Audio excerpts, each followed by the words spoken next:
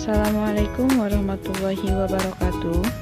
Perkenalkan, kami dari kelompok 2 yang beranggotakan Mailina Putri dengan NIM 1830105031 dan Latifah Tiffany dengan NIM 1930105029. Baiklah, di sini kami akan menjelaskan tentang manusia menurut perspektif psikologi dan Al-Quran.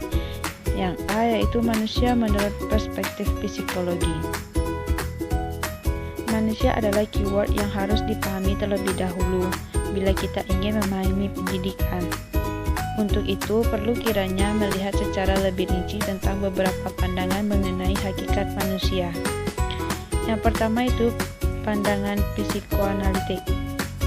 Dalam pandangan psikoanalitik, diyakini bahwa pada hakikatnya manusia digerakkan oleh dorongan-dorongan dari dalam dirinya yang bersifat instinktif.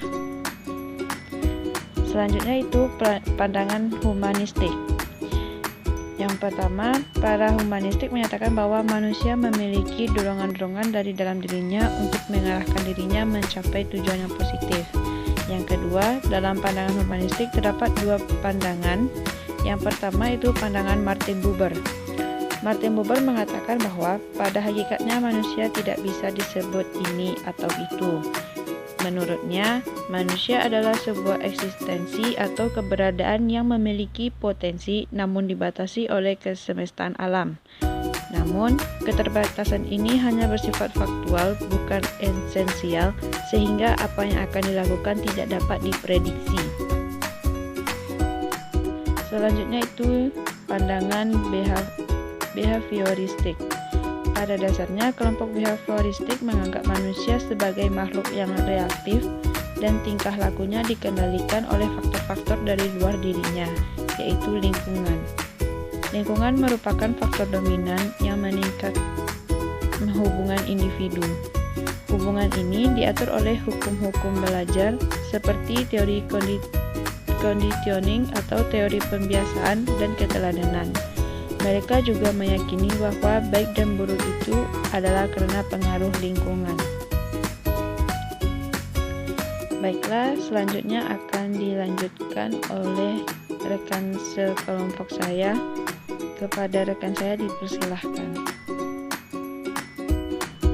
Bismillahirrahmanirrahim. Baiklah, saya akan melanjutkan penjelasan bagian B, yaitu manusia menurut perspektif Al-Quran.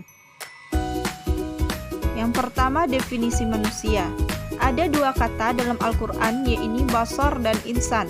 Sudah cukup menggambarkan hakikat manusia dalam Al-Quran.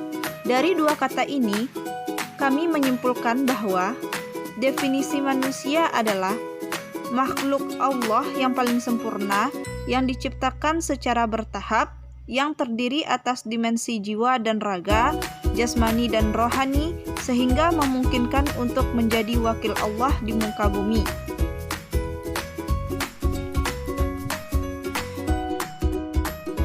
Selanjutnya, asal-usul penciptaan manusia.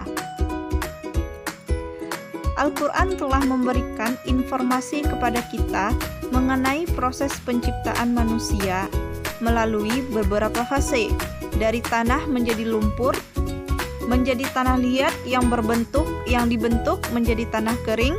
Kemudian Allah SWT meniupkan ruh kepadanya, lalu terciptanyalah Adam alaihissalam. Hal ini diisyaratkan Allah SWT dalam Quran surat As-Sad ayat 71-72 yang berbunyi, A'udzu billahi minasyaitonir rajim. Bismillahirrahmanirrahim. Ila yaumil waqtil ma'lum. Qala fa bi'izzatika la'ughwiyannahum ajma'in. Yang artinya, ingatlah ketika Tuhanmu berfirman kepada malaikat, sesungguhnya aku akan menciptakan manusia dari tanah. Kemudian, apabila telah aku sempurnakan kejadiannya dan aku tiupkan roh ciptaanku kepadanya, maka tunduklah kamu dengan bersujud kepadanya. Dalam Al-Quran, kata ruh mempunyai beberapa arti. Pengertian ruh yang disebutkan dalam ayat-ayat yang menjelaskan penciptaan Adam alaihissalam adalah ruh dari Allah Subhanahu wa Ta'ala yang menjadikan manusia memiliki kecenderungan pada sifat-sifat luhur dan mengikuti kebenaran. Hal ini yang kemudian menjadikan manusia lebih unggul dibandingkan seluruh makhluk yang lain.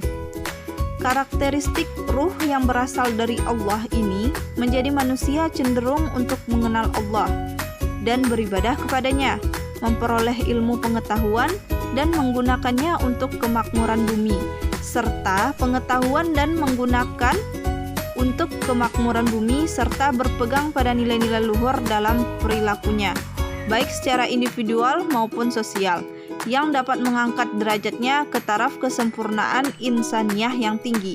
Oleh sebab itu, manusia layak menjadi khalifah Allah Subhanahu wa Ta'ala. Selanjutnya, eksistensi manusia. Melihat asal kejadian manusia, ia terlahir dari dua hal ikat yang berbeda, yaitu yang pertama dari debu atau tanah, yang kedua ruh. Kedua unsur ini merupakan simbol-simbol. Yang pertama itu simbol debu tanah adalah simbol kerendahan, kemiskinan, kekotoran dan kelemahan lainnya, sedangkan ruh adalah simbol kesucian dan keagungan.